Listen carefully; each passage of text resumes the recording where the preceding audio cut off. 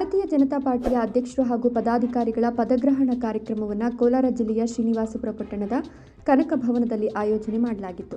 ಕಾರ್ಯಕ್ರಮವನ್ನು ಉದ್ಘಾಟಿಸಿ ಮಾತನಾಡಿದ ಕೋಲಾರ ಸಂಸದ ಎಸ್ ಮುನಿಸ್ವಾಮಿ, ನೂತನ ಪದಾಧಿಕಾರಿಗಳಿಗೆ ಶುಭ ಕೋರಿ ಲೋಕಸಭಾ ಚುನಾವಣೆ ಹತ್ತಿರವಾಗುತ್ತಿದ್ದು ಮತ್ತೊಮ್ಮೆ ಭಾರತದ ಪ್ರಧಾನಮಂತ್ರಿಗಳಾಗಿ ನರೇಂದ್ರ ಮೋದಿಯವರು ಮುಂದುವರಿಯಲು ಪದಾಧಿಕಾರಿಗಳು ನಿರಂತರವಾಗಿ ಪಕ್ಷ ಸಂಘಟನೆಯಲ್ಲಿ ಮೂರನೇ ಬಾರಿಗೆ ನರೇಂದ್ರ ಮೋದಿಯವರನ್ನ ಪ್ರಧಾನಿಗಳಾಗಲು ಕೋಲಾರ ಲೋಕಸಭಾ ಅಭ್ಯರ್ಥಿ ಗೆಲ್ಲಲೇಬೇಕು. ಅದೇ ರೀತಿಯಾಗಿ ಕರ್ನಾಟಕದಲ್ಲಿನ ಬಿಜೆಪಿ ಹಾಗೂ ಜೆಡಿಎಸ್ ಮೈತ್ರಿಯಲ್ಲಿ 28 ಕ್ಷೇತ್ರಗಳು ಗೆಲ್ತವೆ ಎಂದರು. ತಾಲೂಕಿನ ಸುಮಾರು 30 ರಿಂದ 40 ವರ್ಷಗಳಿಂದ ರೈತರು ಕಷ್ಟಪಟ್ಟು ಬೆಳೆಸಿದ ಮಾವಿನ ಗಿಡಗಳನ್ನು ನೆಲಸಮ ಮಾಡುವಂತಹ ಸಂದರ್ಭದಲ್ಲಿ ಯಾರೂ ಧ್ವನಿ ಎತ್ತಿಲ್ಲ. ರೈತರ ಪರ ಅಂತ ಹೇಳಿಕೊಳ್ಳುವ ಕಾಂಗ್ರೆಸ್ ಸರ್ಕಾರ ಸಾಗುವಳಿ ಚೀಟಿ ನೀಡಿರುವಂತಹ ಜಮೀನನ್ನು ಅರಣ್ಯ ಭೂಮಿ ಎಂದು ಬೃಹತ್ ಗಾತ್ರದ ಮರಗಳನ್ನು ನೆಲಸಮ ಮಾಡುವಂತಹ ಸಂದರ್ಭದಲ್ಲಿ ಕಾಂಗ್ರೆಸ್ ನಾಯಕರು ಎಲ್ಲಿ ಹೋಗಿದ್ರು? ರೈತ ವಿರೋಧಿ ಸರ್ಕಾರವೆಂದರೆ ಕಾಂಗ್ರೆಸ್ ಸರ್ಕಾರ. ರೈತರು ಯಾವುದೇ ವಿಚಾರದಲ್ಲಿ ಧ್ವನಿ ಎತ್ತಿದ್ರೆ ರೈತರ ಮೇಲೆ ಕೇಸ್ಗಳನ್ನು ಹಾಕ್ತಾರೆ. ಮಾವಿನ ಗಿಡಗಳನ್ನು ನೆಲಸಮ ಮಾಡುವ ವಿಚಾರದಲ್ಲಿ ನಾನು ಧ್ವನಿ ಎತ್ತಿದ್ದಕ್ಕೆ ನನ್ನನ್ನು ಸಹ ಪ್ರಕರಣದಲ್ಲಿ ಮೊದಲನೇ ಆರೋಪಿಯಾಗಿ ಮಾಡಿದ್ದಾರೆ ಎಂದರು. ಇನ್ನು ಈ ಸಂದರ್ಭದಲ್ಲಿ ವಿವಿಧ ಪಕ್ಷಗಳನ್ನು ತೊರೆದು ಬಿಜೆಪಿ ಪಕ್ಷಕ್ಕೆ ಸೇರ್ಪಡೆಯಾದಂತಹ ಕಾರ್ಯಕರ್ತರಿಗೆ ಬಿಜೆಪಿ ಶಾಲು ಹಾಕಿ ಸಂಸದರು ಸ್ವಾಗತಿಸಿದರು. ಅಂಬೇಡ್ಕರ್ ಬದುಕಿದ್ದಾಗ ಆತ್ಮ ಎಂಪಿ ಹಾಕ್ಬಿಡ್ದು ಪಾರ್ಲಿಮೆಂಟ್ ಒಳಗಡೆ ಆತ್ಮ ಕಾಲಿಗೆ ಕೊಡ್ದು ಅನ್ನೋ ಲೆಕ್ಕಾಚಾರದಲ್ಲಿ ತಡೆದಂತವರು ಕಾಂಗ್ರೆಸ್ ಅವರು. ಅಂಬೇಡ್ಕರ್ ಚುನಾವಣೆ ನಿಂತ ಸಂದರ್ಭದಲ್ಲಿ ಅದನ್ನ ಸೋಲಿಸಬೇಕು ಅಂತ ಹೇಳಿ ಆಗಿನ ಪ್ರಧಾನಮಂತ್ರಿಗಳಾಗಿದ್ದಂತ ಜವಾಹರಲಾಲ್ ನೆಹರೂರವರು 2 ಬಾರಿ ಚುನಾವಣಾ ಪ್ರಚಾರಕ್ಕೆ ಹೋಗಿ ಅವ್ರನ್ನ ಸೋಲಿಸಿರ್ತಕ್ಕಂಥದ್ದು ಕಾಂಗ್ರೆಸ್ ಅವರು. ಈ ಬಾರಿಯ ಮಾಜಿ ಸಚಿವರು, ಮಾಜಿ ಸ್ಪೀಕರ್ ಅವರು ವಿಧಾನಸಭೆಯಲ್ಲಿ ಹೇಳಿದ್ರು ಕಾಂಗ್ರೆಸ್ ಅವರು ಅಂಬೇಡ್ಕರ್ ಅವ್ರಿಗೆ ತುಂಬಾ ಮೋಸ ಮಾಡಿದ್ದಾರೆ ಅಂತ ಹೇಳಿ ವಿಧಾನಸಭೆಯಲ್ಲಿ ಹೇಳಿದ್ರು. ಅಂಬೇಡ್ಕರ್ಗೆ ಭಾರತ ರತ್ನ ಪ್ರಶಸ್ತಿ ಕೊಟ್ಟರೆ, ನೆಹರು ಕೊಟ್ಕೊಂಡು, ಇಂದಿರಾ ಗಾಂಧಿ ಕೊಟ್ಕೊಂಡು, ರಾಜೀವ್ ಗಾಂಧಿ ಕೊಟ್ಕೊಂಡು, ಅದಾದ್ಮೇಲೆ ಅಂಬೇಡ್ಕರ್ನ ಸೋಲಿಸ್ತಾರಲ್ಲ ಕಾರ್ಜೋಲ್ಕರ್ ಅಂತ ಹೇಳಿ, ಅಂತವ್ರಿಗೆ ಪದ್ಮಭೂಷಣ ಪ್ರಶಸ್ತಿ ಕೊಟ್ಟಿರ್ತಕ್ಕಂಥ ಖಳನಾಯಕರು ಇವರು ಕಾಂಗ್ರೆಸ್ ಅವರು. ಅಂಬೇಡ್ಕರ್ ತೀರೋದಂತ ಸಂದರ್ಭದಲ್ಲಿ ಡೆಲ್ಲಿಯಲ್ಲಿ ಏನಾದ್ರು ಅಂತಿಮ ಸಂಸ್ಕಾರಕ್ಕೆ ಜಾಗ ಕೊಟ್ಬಿಟ್ರೆ ಇಲ್ಲಿರ್ತಕ್ಕಂಥ ಟೋಟಲ್ ಲೀಡರ್ ಯಾರ್ಯಾರು ಮನ್ ಮಾಡಿದ್ರೆ ಯಾರ ಸಮಾಧಿ ಹತ್ರಕ್ಕೆ ಹೋಗಲ್ಲ, 10ರಷ್ಟು ಜನ ಅಂಬೇಡ್ಕರ್ ಸಮಾಧಿ ಹತ್ರಕ್ಕೆ ಹೋಗ್ತಾರೆ ಅಂತ ಹೇಳಿ ಅಲ್ಲಿ ಅವ್ರಿಗೆ ಅಂತಿಮ ಸಂಸ್ಕಾರಕ್ಕೆ ಜಾಗ ಕೊಡದೆ ಇರ್ತಕ್ಕಂಥವ್ರು ಇವರು ಕಾಂಗ್ರೆಸ್ನವರು. ಅದಾದ್ಮೇಲೆ ಅಂಬೇಡ್ಕರ್ ಬಾಡಿನ ಏನು ಏರ್ ಆಂಬುಲೆನ್ಸ್ ಅಲ್ಲಿ ಎತ್ಕೊಂಡೋದ್ರು, ಏರ್ಪ್ಲೇನ್ ಅಲ್ಲಿ, ಅದ್ರ ಬಾಡಿಗೆನೂ ಕೊಟ್ಟಿಲ್ಲ ಅವಾಗ ಸರ್ಕಾರ. ನಮ್ಮಲ್ಲೆಲ್ಲರನ್ನು 1 ರೂಪಾಯಿನೂ ಕಲೆಕ್ಷನ್ ಮಾಡಿ ಆ ದುಡ್ಡು ಕೊಟ್ಟರು. ಅಂಬೇಡ್ಕರ್ ಸತ್ತು ದಶಕಗಳೇ ಆಗಿದ್ದೇನು, ಅವ್ರಿಗೆ ಭಾರತ ರತ್ನ ಪ್ರಶಸ್ತಿ ಕೊಟ್ಟಿರಲಿಲ್ಲ. ಭಾರತೀಯ ಜನತಾ ಪಾರ್ಟಿ ಬೆಂಬಲಿತ NDA ಸರ್ಕಾರ ಬಂದಾಗ BP ಸಿಂಗ್ ಸರ್ಕಾರದಲ್ಲಿ ಭಾರತ ರತ್ನ ಪ್ರಶಸ್ತಿ ಕೊಟ್ಟರು. ಅನಂತ್ ಕುಮಾರ್ ಹೆಗಡೆ ಸಂವಿಧಾನ ಬದಲಾಯಿಸ್ತೀನಿ ಅನ್ನೋ ಲೆಕ್ಕಾಚಾರದಲ್ಲಿ ಹೇಳಿದ್ರು ಅಂತ ಹೇಳಿದ ತಕ್ಷಣ ನಮ್ಮ ಭಾರತೀಯ ಜನತಾ ಪಾರ್ಟಿಯಲ್ಲಿ ಅವ್ರಿಗೆ ಹೇಳಿ ಕ್ಷಮಾಪಣೆ ಕೇಳಿದ್ರು ಅಂತ ಹೇಳ್ತಾರೆ.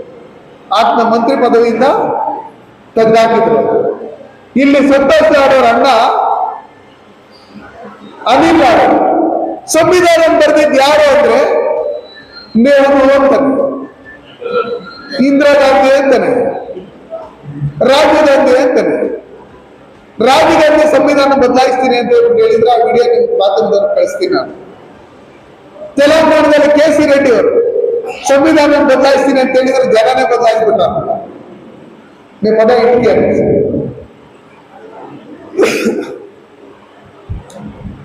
ಅಂಬೇಡ್ಕರ್ ಎಷ್ಟೇ ಕಷ್ಟಗಳು ಅನುಭವಿಸಿದ್ರೇನು, ಅವ್ರ ವಿಷವನ್ನೇ ಕುಡಿದ್ರೇನು ನಮ್ಗೆ ಎಲ್ಲಾ ಜಾತಿ ಜನಾಂಗ ಒಟ್ಟಿಗೆ ಇರ್ಬೇಕಂತೇಳಿ ಯಾರ ಮೇಲೆ ದ್ವೇಷ ಸಾಧಿಸದೆ ಅಮೃತನೇ ಕೊಟ್ಟಿದ್ದಾರೆ ಸಂವಿಧಾನದಲ್ಲಿ.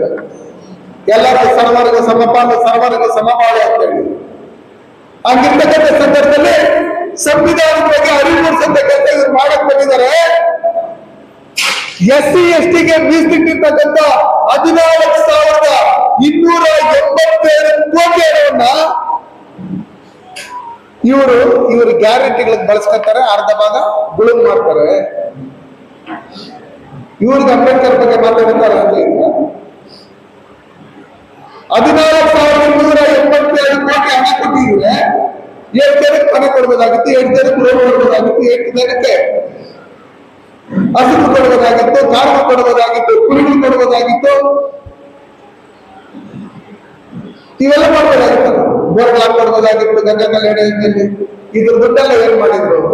ಮತ್ತೆ ಬಂದು ನಾವು ಅಂಬೇಡ್ಕರ್ ಪರವಾಗಿ ಅನ್ನೋ ಲೆಕ್ಕಾಚಾರದಲ್ಲಿ ಹೇಳ್ತೇವೆ. ಅದಕ್ಕೋಸ್ಕರ ನಾನು ಮಾತಾಡಕ್ ಬಿಟ್ರೆ ಸಾಕಂದ್ರದ್ದು ಮಾತಾಡ್ತೀನಿ. ನಮ್ಮ ಶ್ರೀನಿವಾಸಪುರ ತಾಲೂಕಲ್ಲಿ ನಮ್ಮ ಮಕ್ಕಳು ಓದಿ ಒಳ್ಳೆ ವಿದ್ಯಾವಂತರಾಗಿದ್ದಾರೆ. ಬಡಸ್ತನ ಇದ್ರೂ ಒಂದೊಂದು ಮನೇಲಿ ಒಬ್ಬೊಬ್ಬರನ್ನ ನಾವು ಡಿಗ್ರಿ ಮಾಡಿಸಿದಿರಿ, ಇಬ್ಬಿಬ್ಬರು ಡಿಗ್ರಿ ಮಾಡಿಸಿದಿರಿ. ಒಬ್ಬರು ತೋಟ ಕೆಲಸಕ್ಕೆ ಹಾಕಿದ್ರೂ ತೋಟ ಕೆಲಸನ ಮಾಡ್ಕೊಂಡು ಡಿಗ್ರಿ ಓದಿದ್ದಾರೆ.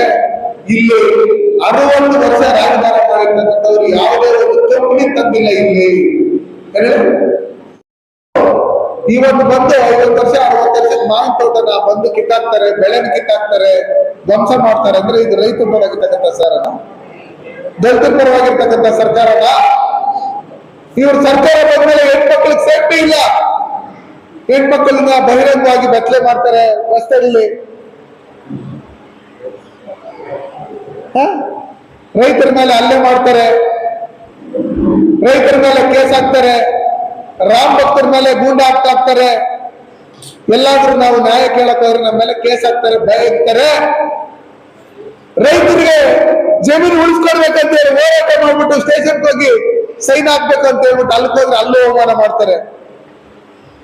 ನಾವೇನ್ ಕಳ್ತನ ಮಾಡಿದ್ರ? ಲಕ್ಷ್ಮಣ್ ಗೌಡ್ ಕೇಳಿದೆ ನಾನು, ಜೈಲ್ ಕೋರ್ಟ್ ಬಂದ್ರಲ್ಲ, ಒಂದು ಒಳ್ಳೆ ಲೀಡರ್ ಆಗ್ಬಿಟ್ಟಿದ್ದೀವಿ, ದೊಡ್ಡ ಲೀಡರ್ ಆಗ್ಬಿಟ್ಟಿದೆ ಅಂತ ಹೇಳ್ಬೇಡಿ. ಯಾಕಂದ್ರೆ 4 ಜನಕ್ಕೆ ಒಳ್ಳೇದಾಗ್ಬೇಕಂತ ಹೇಳಿ ಹೋರಾಟ ಮಾಡ್ಕೊಂಡು ಸತ್ರುನು ವೀರಮರಣನೇ ಅದು.